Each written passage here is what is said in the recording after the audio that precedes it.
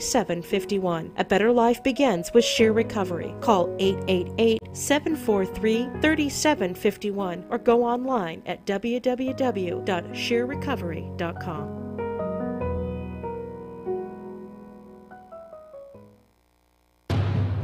For more local radio every day, tune into KCAA Loma Linda.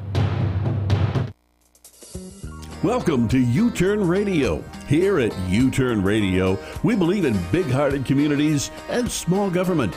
Join your hosts, Nadia Renner, Tom Murphy, and Eric Steinman, as we work to put local governments on a diet and champion the charities that support your community. So come on, join us and let's turn it around. Welcome to U-Turn Radio. Happy Sunday. We are live and direct today, just like every Sunday. You guys can be part of our show. Call in 909-792-5222. Here at U-Turn Radio, we believe in big-hearted communities and small governments. Absolutely, and we hope to see over the course of time, over the next 2 years, implementing some strategies to kind of rein in, particularly at the county level. Absolutely. And today we have a really interesting show. Usually we kind of covered so far here at U-Turn more like politics and supervisors kind of topics, the building department. Today we're going to go a little bit different, and we're going to talk about farming here in the Inland Empire, pesticide talk. So it's going to be a little bit different than what we're normally used to. However, when you guys also call us here at U-Turn, we definitely donate money to your favorite charity. You guys can call in, talk about your favorite charity, and honestly, I would definitely do it because you can win from hundreds to thousands of dollars. Just tell us what your favorite charity is. Or if you work at one, you can also call us and inform us what you guys do at your charity here in the Inland Empire. You can call us 909-792-5222. You can also email us info@uturnradio.com or tweet us. We're on social media. You can go to Twitter at U-turn_radio. And you can also find all the other episodes that we've had here at www.uturnradio.com, and you can find all the different shows that we've covered so far. But like I said, today we have a really interesting show. We're going to concentrate on farming just because recently I was watching the news, and it was a really interesting report that I saw where the Inland Empire, and this kind of caught my attention, the Inland Empire and up north, kind of like San Jose area here in California, are the two cities or the two counties where there's a lot of schools next to farms.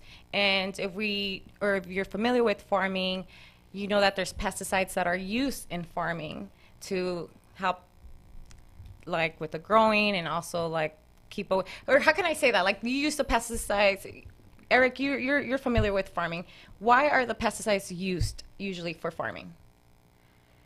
Well, the pesticides are just maybe one of three different ways that chemicals are used in farming. And you got insecticides or pesticides. You got what do they call them? De-weeders, Roundup. They have a name for that. That's herbicide. Herbicide. Yeah. There you got so herbicide. You're killing bugs. You're killing plants. What else are you killing?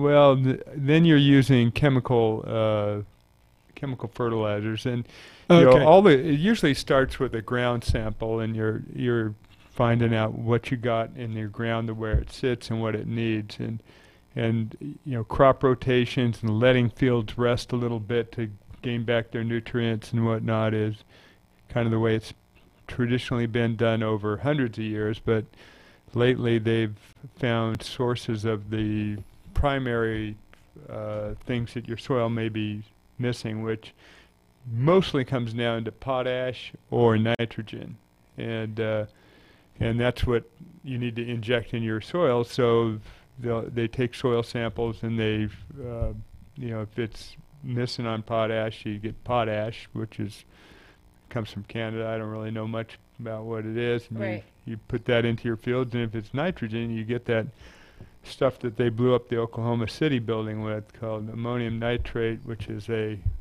chemical, and it has many uses. And besides blowing up buildings, it's also used in the ski industry for late in the year when the snow is getting soft. You put it on the snow, it makes the snow hard.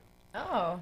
And they use that to spread on the fields to get the nitrogen content of the soil up. So you have that process that goes on before you're planting, and then you have either before or after or both. You have spraying for weeds that will come up. And the Roundup and the Roundup family is probably the most popular, but there's all kinds of other chemical herbicides that are probably the only thing that I don't really know what they are, but they all have a name that sounds pretty nice, like something. So the commercial name. The commercial name for okay. it is I can't even remember some of these things. Like Roundup is probably the least non-descriptive of some of the names for this stuff, but they sound pretty innocuous. But so I'll just tell you a little story about how innocuous they may or may not be, and that is, our farm, which is not here, it's in Texas, is next to a big horse farm, and they got a ton of horses over there and a ton of horse manure as a result. And we try to farm organically, and so one of the things we did was talk to them about using their horse manure next door on our fields, and come to find out you can't get that anywhere near your fields because they use Roundup when they grow the hay. The horses eat the hay, and the horse manure, after it's gone through their body, is still full of Roundup. And if you spread that on your field, you're going to kill a lot of your grasses and stuff like that. Yeah, okay. Most of our fields are what they call, it's a type of Bermuda grass called coastal and whatnot, which a lot of people, the Roundup people, Monsanto or whatever, treat that more as a weed than a positive thing. So you can create damage to those grasses, and it also, if you're planting any other vegetables and whatnot, you have to make sure that you're on the right side of the Roundup. This is what we kill, this is what we don't kill. But the fact that goes through a horse and comes out still being Roundup, you got to wonder, when's that ever going to leave the whole ecosystem? Right. And not just that, but what happens to the horse? Like, how much nutrition is that horse really getting if that's what it's doesn't eating? seem to affect the horses that much, but that's just my opinion from looking. This has been going on for a while, and I think most all hay operations are using some type of herbicide like that. Now, let me ask you, what's the difference between trying to grow organic and non-organic? Like, is there a different process to that? Well, there's different levels of organic. If you want to be certified organic, that means you get certified by the Department of Agriculture. You have to have your fields have to have no chemical anything on them for a period of years. And I think we looked into it to get a lot of our fields certified, and it was either 3 years or 7 years, and that's just going off the top of my head. But it's a process you have to go through filing for it. So you'll see a lot of people not go full organic. You can go into Whole Foods and health food stores and get, for instance, organic beef, and then you'll have other places where they'll just say grass-fed beef, and it may be mostly the grass-fed beef, no hormones, no antibiotics, that type of stuff. It's not just what you put on the fields. If you're going to raise cattle, for instance, in a field, those cattle have to have no antibiotics, no hormones given to them.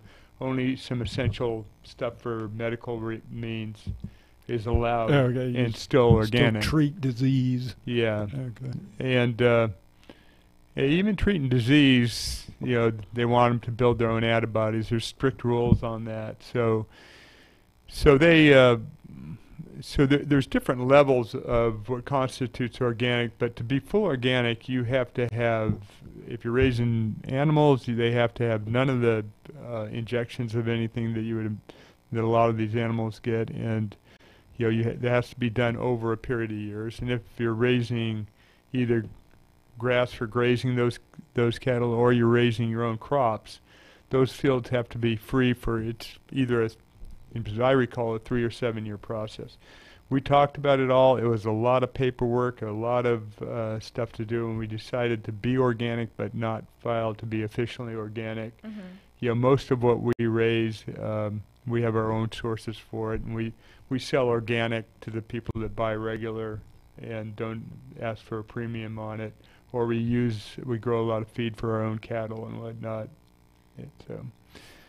That's a little bit of the story behind what it takes, but so there are a lot of people using good farm practices that will call it something different than organic, because to label your food organic, you do have to comply with all the Department of Agriculture requirements. Right, because going back to the report that I was saying, the report was saying that they used there's a lot of farms that are next to schools up north and here in the Inland Empire. As a matter of fact, one of the main cities in the Inland Empire is Redlands. So they were saying that, they distribute this pesticide, and it's endangering our students, our kids, usually from these schools consist of like middle schools and elementary schools. So my question is too, how often do you have to use these pesticides to keep your crop from, not dying and that type of stuff? And how harmful is it, if it's harmful? Well, and it's not just pesticides, right? Based on kind of what you said, there's 3 opportunities for large-scale chemicals in farming. That would be pesticides, herbicides, and then fertilizers. Yes. Is that kind of the general? Okay, so not just pesticides, but herbicides or just regular. So it starts with fertilizer, and you can find some alternatives in fertilizer. There'll be a hog farm in your area, and you can go get the hog manure and spread it around. And we have a farmer that we work with on our place that uses, he calls it rabbit tea, but there's a rabbit farm, and he gets all the manure from the rabbit farm, and then he works it up into a concoction, and he claims that helps with fertilizing and herbicide type operation. It cuts down on the weeds. I believe him. There's in my lawn, there's a couple spots that are like just burnt out, and it's because that's where the rabbits are going to the bathroom. They're just like killing all the. Okay. So your grass is the dying? The mix isn't right to make it grow, but it's certainly right to kill it. To kill some weeds. Well, he has this rabbit tea, and that's why we work with them, and that works well. And a lot of it has to do with the rain and whatnot. Good crop, bad crop. So, we had some dry.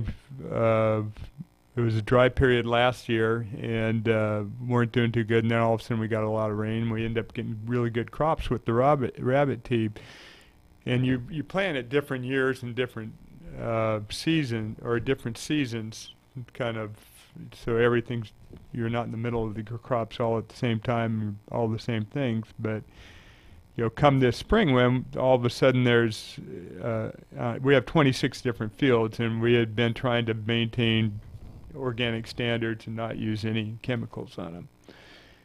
But we have couple 200-300 head of cattle that we need to feed over the winter when all the grasses die down and whatnot. So we have to grow our grasses and our hay, and we grow a lot of this sorghum Sudan hay to feed these cattle in the winter. And we have fields, and it turns out this year that the crops are growing really good, but all of a sudden on some of our sorghum fields, which we're going to use for the cattle in the winter, we just got the locusts, like the biblical plague of locusts, descend on our field. They're still out there. Yeah, they're still out there. They're out there roaming around looking for a field that doesn't have pesticide. Okay, so when you're trying to do it without pesticide, you're the hot ticket for those pests, because they can't go anywhere else but yours. So it's a little bit of what are you going to do at that point in time? So we took 2 out of the 26 fields, and make a long story short, and said, hey, I'm either going to be buying hay from the people across the street that use all these chemicals, or I'm going to use some pesticide and save my crops so I can feed my own animals with that. So I went that way and brought what I looked at and studied as maybe the safest pesticides I could find, but still chemical pesticides when I didn't want to do that at all. But you're left with the choice of, hey, you're gonna buy it from somebody who's doing it, or you're gonna do it yourself. Try to maybe do it a little bit better in situations like that, because there's really not a organic manual option to that we came across, But can we say that there's obviously more chemicals now maybe compared to before? Because we've been growing crops for years and years. It's obviously a part of how we survive and stuff. But is it that there's more chemicals now and they're more harsh on maybe people or foods, or compared to before? Yeah, there's some standards for that, and probably a lot of this is developing because, the Roundup craze isn't that old, right? But there are some credible scientists who have said, for instance, that up to 25% of all our children are going to be autistic within 25 years as a result of the use of Roundup and genetically modified grains that withstand the Roundup. That's the whole GMO thing, is about developing crop varieties that will not be affected by the Roundup. Therefore, the weeds get affected by the Roundup, and the weeds are morphing into all kinds of other things. So they're developing other stuff. But there's if anyone considers people that have gluten intolerance, for instance, there's what I think a real credible argument that there's, because in your parents' time there wasn't all this gluten-free anything. Right. People didn't have gluten intolerance or celiac disease or whatever they call it then. But I know a lot of people are able to deal with that by not eating genetically modified wheat, the stuff that's Monsanto seeds that stand up to the Roundup. But they get ancient grains from Europe and stuff like that that don't have the genetic modification to deal with the Roundup. Or it may be that the food continues to hold this Roundup in it, just like the horse manure does in it. So there's a lot of concerns related to the type of chemicals they use now. But you can't deny on the other side of it that the use of Roundup will increase your productivity and the amount of food you get out of an acre by substantial multiples of what it was before they had it. And you have a growing world that needs to eat, so, Yeah, it definitely is. If you were king of the world and said, okay, we're not using pesticides anymore. Or herbicides, it would be a quick trip back to, kind of the dark ages with a lot of people starving and that type of thing, if we flip that switch immediately. Yeah. There's got to be a balance, in terms of how we approach use of this stuff. I don't know what it is. I don't know enough about the topic, but if you quit using this stuff and the locusts come and they take everything, right, that's not a solution. That's not a solution. So, there are some creative things out there, like the use of empty buildings and doing something we're looking into a whole bunch, is taking empty buildings and growing like leafy greens and stuff like that inside. Like greenhouses, kind of? Yeah, type? a lot of people use them for growing pot, but you can use them for growing greens for your salad and whatnot. And because they're inside, and because the thing that makes it possible now is the development of LED lighting, which can provide the same light that makes these things grow that the sunlight does, and at a very low cost because the LEDs are so efficient now. So when you have empty buildings, you can turn a lot of that in, and because they're inside, you don't have the weed and the insect problems. Right. So actually, that's a really... You can actually grow them without dirt. You just mix some nutrients into the water and bathe the root systems of these things, and you get excellent greens without any of these problems. As far as costs, like if you were to do something along those lines and get those buildings, costs would be higher on that, but you can also, would it be easier to go organic if you were to be building inside buildings? Yeah, well, it's again, organic as defined by the government, or organic as a reasonable person would do it. Reasonable person for... I think you do have to take, the way they do them, they take water and they put these nutrients into the water. I don't know if all those nutrients would pass the organic test to the government, but it's a pretty good process. And think about things around here, like the what's the mall over there where this radio station used to be at? Central City Mall? That sounds right. I think it's the Central City Mall, a huge, big place where they don't have hardly anybody in the mall anymore, any tenants or whatnot. But you got this great big space. It'd be perfect to start growing some of this stuff in it. And then if you grow this stuff, it's putting out all this oxygen. It's creating a decent atmosphere. I think the two could cohabitate. You might attract more people into the mall. You could let people go run in there with all the oxygen that's coming off these plants. And there's a lot of stuff that you could do that's thinking out of the box to address this problem, I think. That's a really actually creative idea to do. Yeah, you can move a school into the mall with the plant growing and everything like that. And now you got your kids in a good atmosphere with a lot of good air and all that actually stuff. I was just going to say that's a better idea for the schools, because back to that report that I watched, it was saying that the kids are having like breathing issues and like chest pains from the pesticide from the schools that are right next to farms. But if you have something like that, or even to show and teach the kids how to plant different type of vegetables and that type of stuff, and also create that type of atmospheres at school, would probably be a lot better. And like you said, with the oxygen, and I think that actually would be a very creative idea to have in schools, rather than having these schools right next to these farms. But then you brought up a really good point, Eric. You said that when schools usually know where they're going to be built, right? Like so they have control where they're going to be built, if they're going to be next to a farm or not, right? So they can also, as school districts, can also maybe well, I think it's rare that they're actually going and building next to a farm, and there's some financial reasons for that. So I don't know, how are we doing on time? We doing a break? Because I got two notes to talk about afterwards. One would be school location, the other would be, I think, we're gonna cut into a break, and then we'll come back and you can share our notes. This is U-Turn Radio. We'll be right back to U-Turn after this commercial break. Don't go away.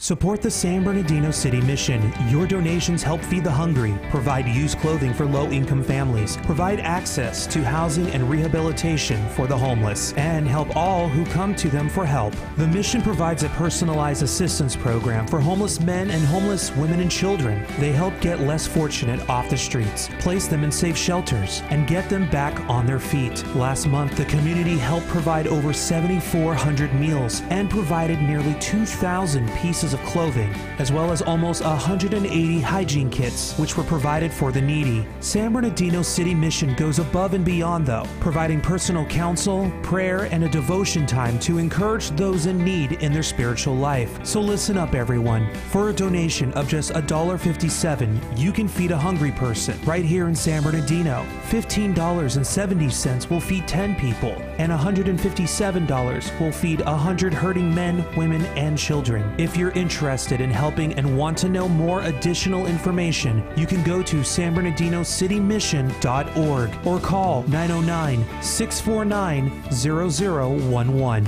909-649-0011. The San Bernardino City Mission, feeding the hungry, helping the homeless. That number again, 909-649-0011. Or visit them online, sanbernardinocitymission.org.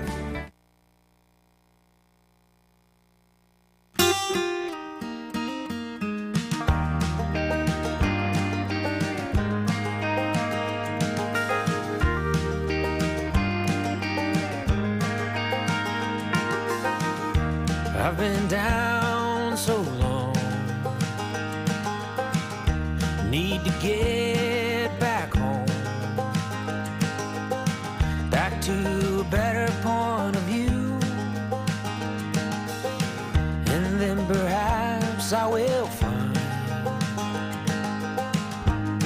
blue skies and red wine.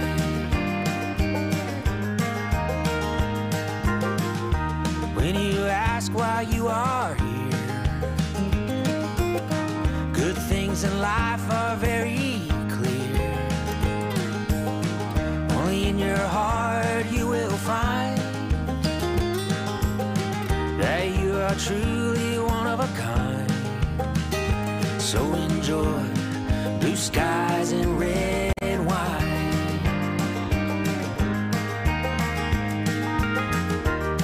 Blue skies and red wine. Time for me to climb that ladder, get back to things that matter. That rainbow there is a sign, tells me to seek and I will find blue skies and red wine.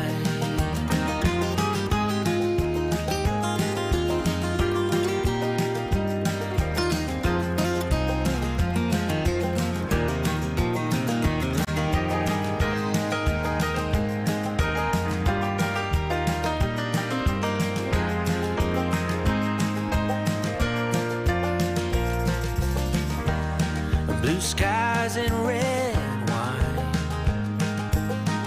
Everything's gonna be just fine. You can find your peace of mind. Blue skies and red wine. Oh, blue skies and red wine.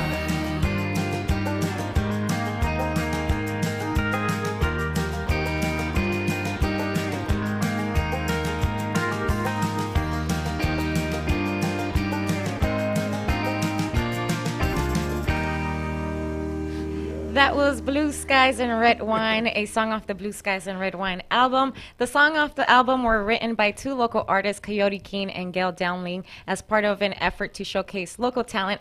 Coyote and Gail's songs were paired with the best musicians in Nashville, the longtime capital of country music could offer. The results is the soul-touching songs on the Blue Skies Red Wine album. You can download the album at mountainmusic.net. That is www.mountainmusic.net. Or you can also download it on your iTunes straight from your phone. You can download it and have the whole album. Before the commercial, we were talking about pesticides and farming here in the San Bernardino County, the difference between organic, non-organic, what you can do as far as doing different type of things and getting creative, thinking out of the box to also farm in empty buildings or even within the malls that Eric shared. That's actually a really good idea. And you also had some other notes that you were going to share, Eric, about school location as far as, because I said it would also be a good idea to have the students kind of learn about farming and learning how to just kind of farm within the school and have these plants within their school, as far as like they can learn how to do this stuff. And we were talking about this because I had seen a report where here in San Bernardino County and up north, we tend to have more schools next to farms. So that's where this kind of topic comes up here, and we wanted to talk about here on U-Turn Radio. But as far as school location, you said that sometimes there's a plan behind that, Eric. Am I right? Am I saying that right? I know that there's situations where the school administrators invest in the land where the schools are going to be. So the school they do this as a private citizen, but trading. Yeah, it's one of those things that it's like the things we talked about on 2 shows past or something, that it should not be an actual conflict or the legality of it, but it should be the appearance of a conflict. And if that becomes the standard that the people that we have in public life govern themselves by, then you can be certain that a lot more things are done for the right reasons. But I think a lot of school locations now are influenced by some of the people that are making those decisions having a financial interest in property in a certain area. They get their heads up of where the new schools are going. As communities grow, we're going to need a new school. They have some influence over that. They have the ability to go buy property there. And I know that, and I'm not going to name names, but I do know of a situation where the administrators over a couple different administrations, this administrator retires and then a new one comes in. It was the practice of that school district for the administrators to go buy property where they're going to locate new schools. And that just creates whether it's the best place to put them and they just got early heads up and bought property, it creates the appearance of a conflict of interest. And I would say in some cases certainly there is a conflict where they're acting in their financial interest instead of the interest of the kids. So it's another example of how you can... let me make sure I got this. So the idea is somebody that works for the school district, wherever they are, as part of their work, they become aware that a plot of land is going to be used to build a new school. So, at 4 o'clock or whenever they finish their day, they go home, put on their... Call their real estate agent and say, buy me everything around there, okay, with gotcha. Knowledge that they have that other people don't So have. the analogy, I guess, like and then as soon as it's insider announced that trading. and as soon as it's announced there's a school there, then they make a boatload of money. And yeah, because everybody wants to move there to the new school. Okay, gotcha. So the analogy would almost be insider trading if you were working on Wall Street doing something. Okay. Yeah, gotcha. I think I had this discussion with my daughter, who's got her master's in education now, and complaining about what she makes as a teacher versus other people. And I said, well, go into administration stuff. She said, well, there's no money in that either. I said, well, there actually is. If you know the ropes, though.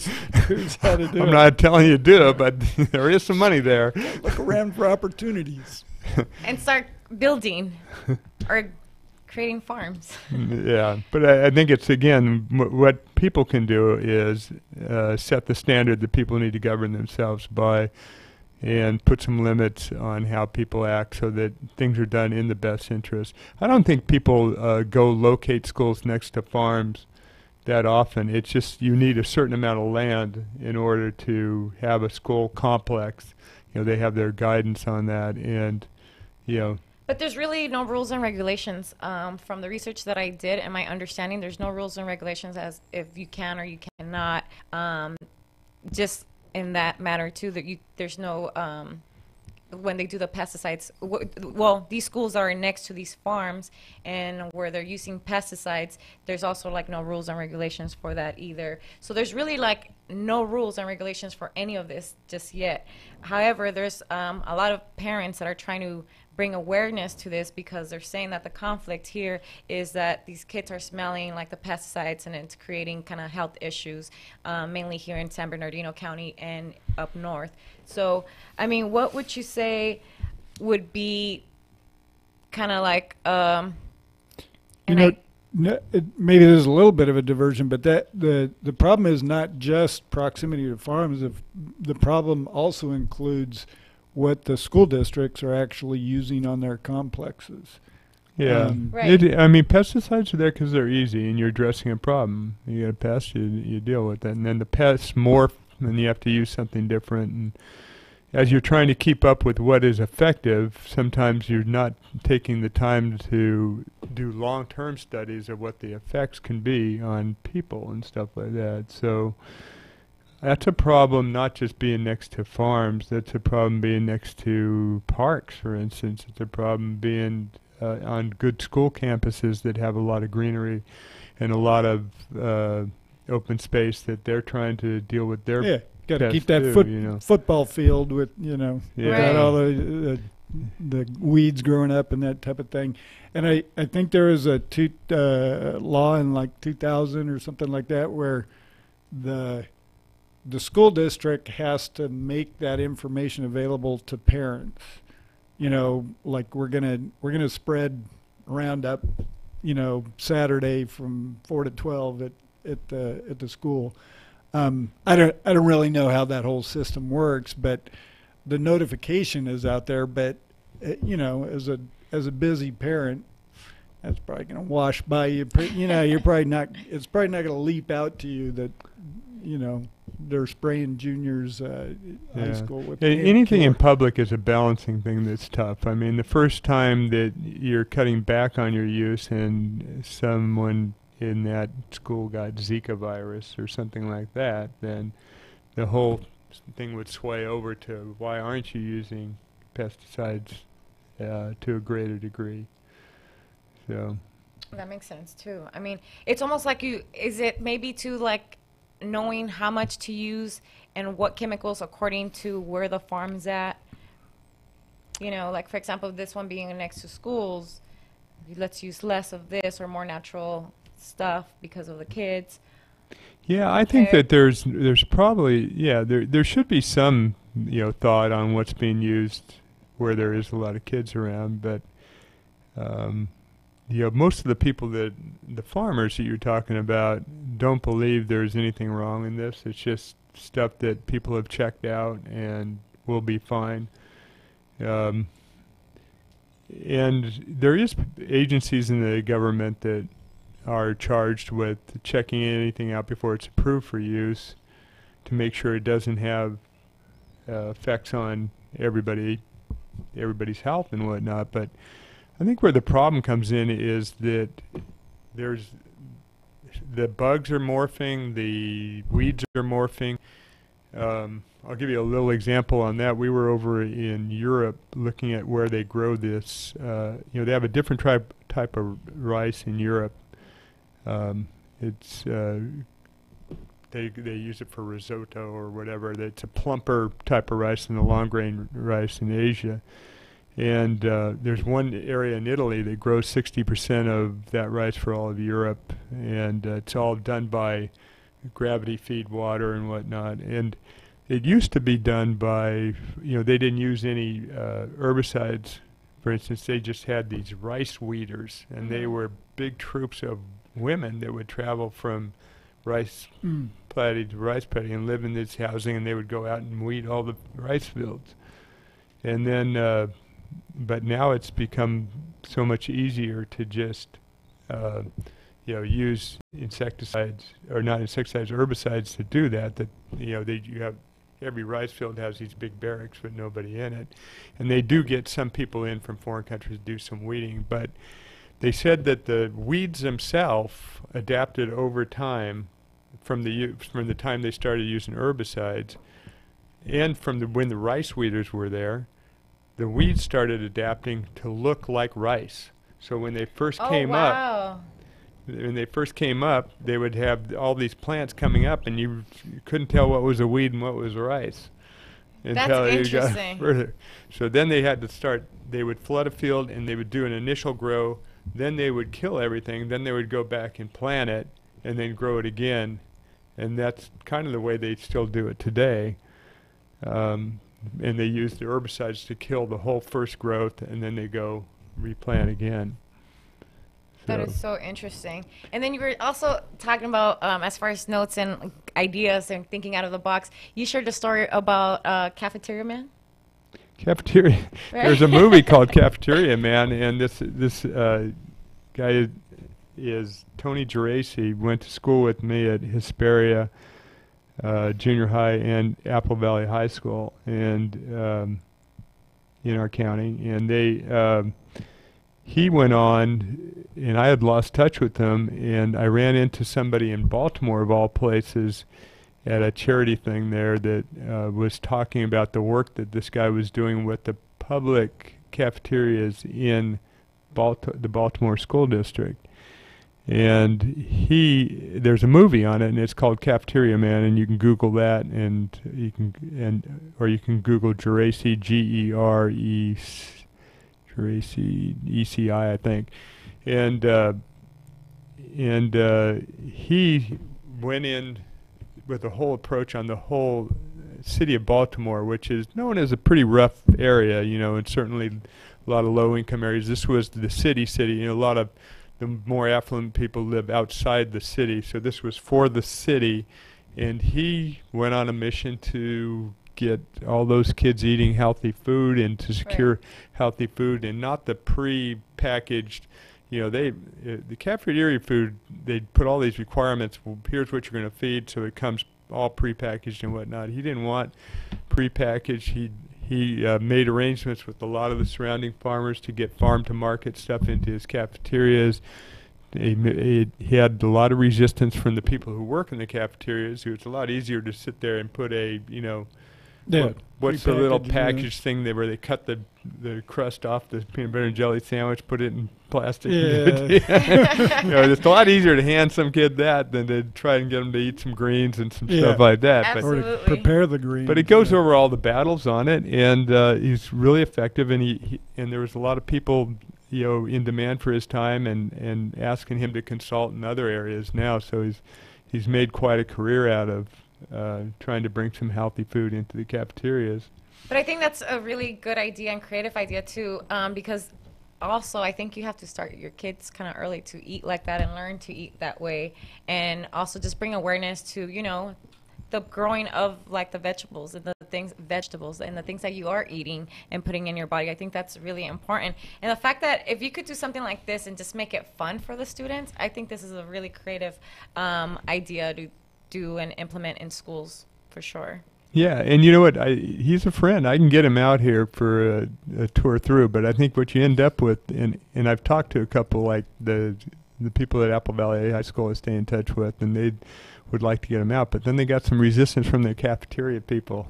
They weren't so fired up about talking to him. Like, come on, he's from our school. He's now famous. There's another Sun Devil, right? Yeah.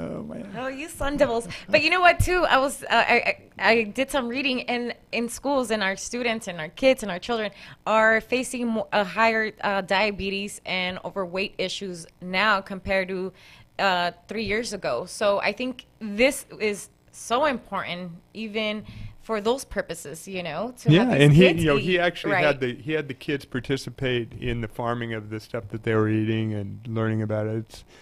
It's a pretty good example of taking some positive steps on that, I think. Not just that, but I mean, and it's a career he's made coming from where we all live, and it's become a national career. He is kind of the cafeteria, good food and cafeteria guy for the nation right now, I think. And wouldn't that help like the school budget as far as food? Because you're growing your own stuff, right? I don't think they did. They didn't say much in the movie about that, and just from looking at it from my perspective, it didn't look like it was. I think the budget is better served by plastic peanut butter and jelly sandwich. Yeah, how healthy is that? That's kind of an economic reality there. If it can go off an assembly line, whatnot, If you want to serve greens to kids and get them to eat it, you actually have to make it look nice too, and you got to do all the stuff they do in restaurants, if you show them how to like grow it, I would eat it. I'd be like, okay, so I grew this, like I was part of this. So then that was helpful. That was getting the kids involved in it was helpful, but also you have to get them involved in some of the food prep stuff, and it does become more work and more cost, I think. to do this type of stuff. Because even I remember I went to public school, and they would, if you were a good student and you had your grades up, you would have to go volunteer because there wasn't enough cafeteria staff. So as students, we would do the line, and we just like everybody had like to put something on the plate. And so, I mean, that wasn't fun, getting pulled out of school to work in the cafeteria. At least it wasn't for me. So, I mean, I would have much rather learned something about like this type of stuff and eat healthier than what I was doing back then, as far as like public schools and stuff. So, because this is also taking place in public schools, right? In Baltimore, it's all public schools in the city of Baltimore, which is, you know, it's a tough area. So, yeah.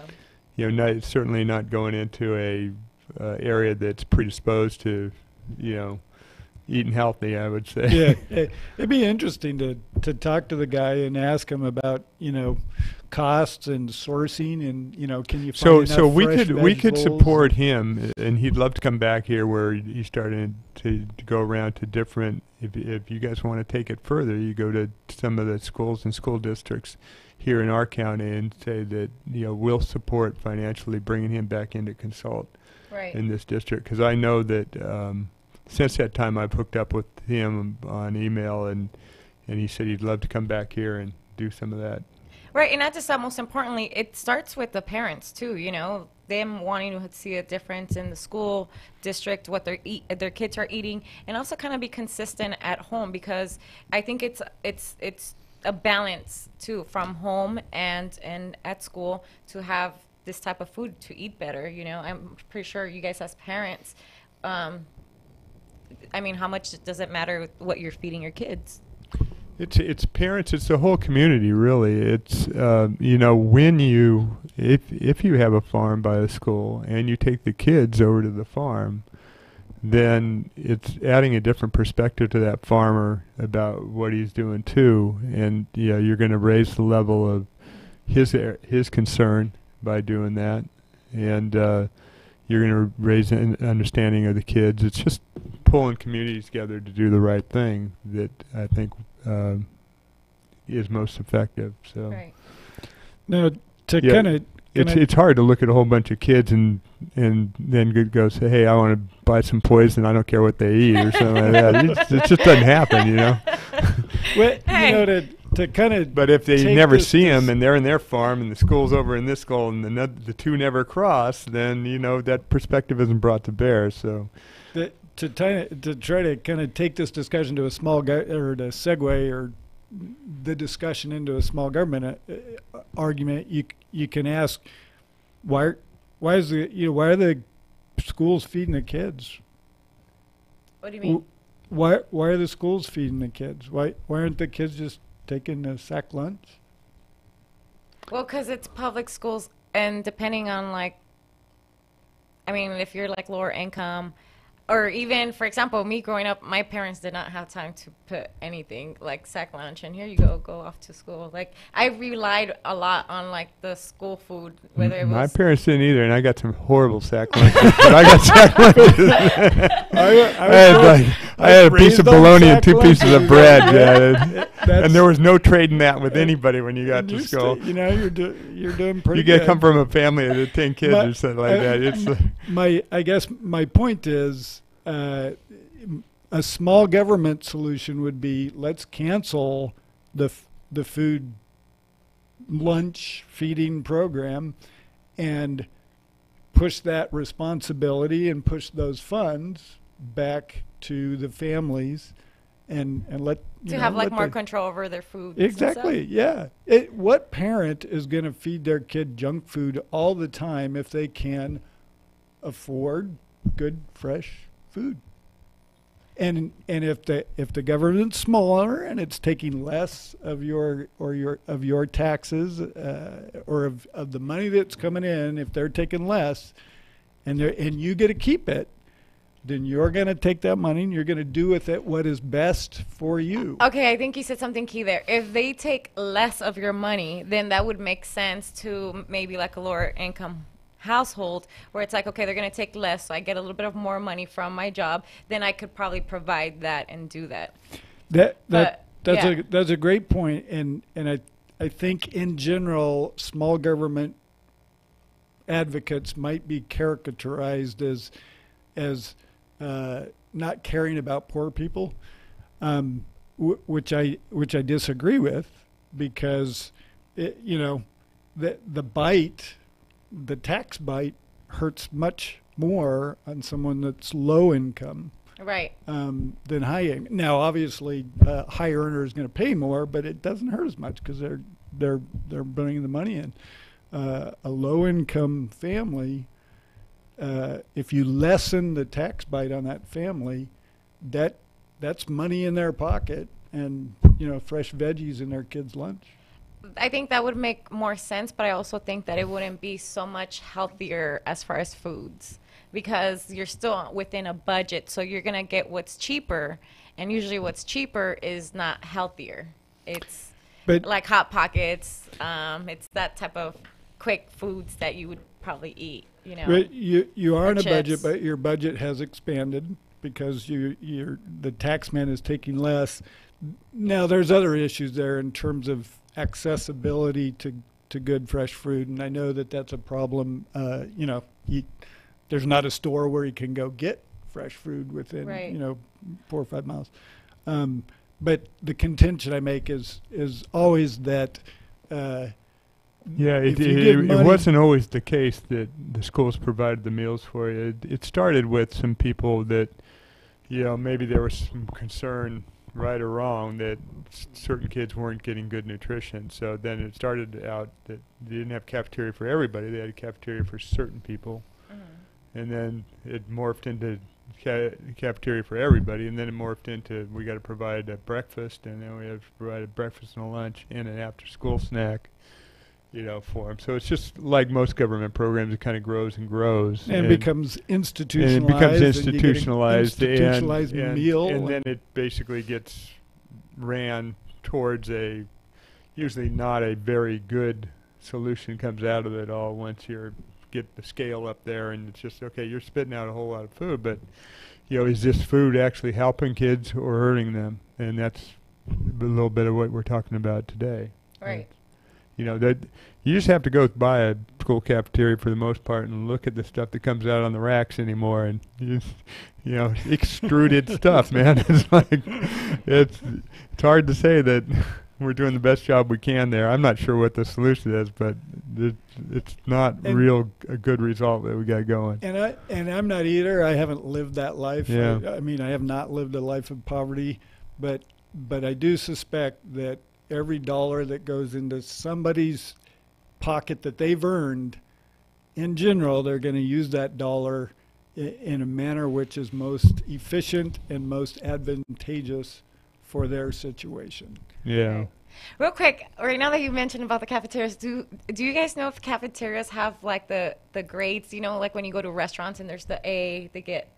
I don't know. Does that happen? That's a good question. And if that doesn't happen, I think that should definitely be implemented. My school's got a C. I tell you, it's different when you get to college. Now that college recruiting is based largely on how good the cafeteria food is.